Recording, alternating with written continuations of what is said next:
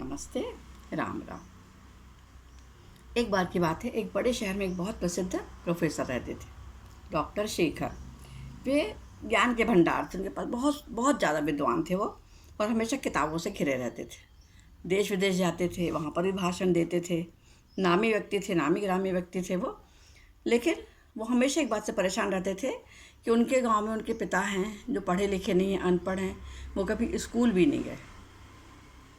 तो उनको लगता है कि पापा को जीवन की जटिलताओं की समझ ही नहीं है, वो कुछ नहीं जानते। वे हमेशा कहते, पिताजी दुनिया बदल गई है, अब अनुभव से नहीं ज्ञान से काम चलता है।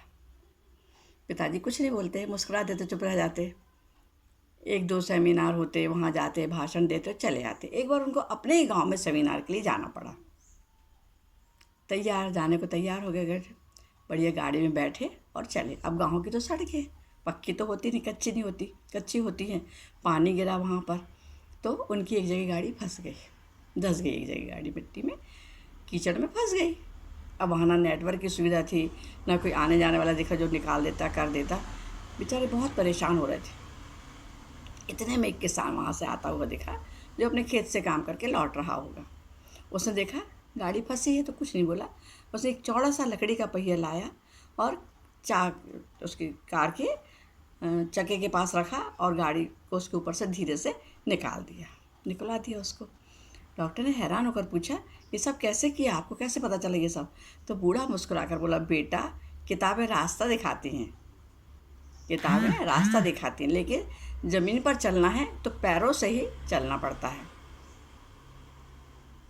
मतलब अपन को ज़मीन जो अनुभव हमारे, वो हमारे काम आते हैं। गांव पहुंचकर डॉक्टर साहब ने अपने पिता के पैर पकड़ लिए। उनकी सादगी पर वो मर मिटा। अरे मेरे पापा बहुत सीधे साधे हैं।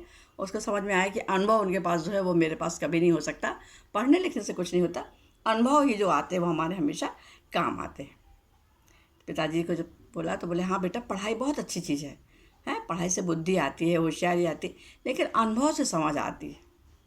जो हमें अनुभव सिखाता है वो पुस्तकें नहीं सिखा पाती।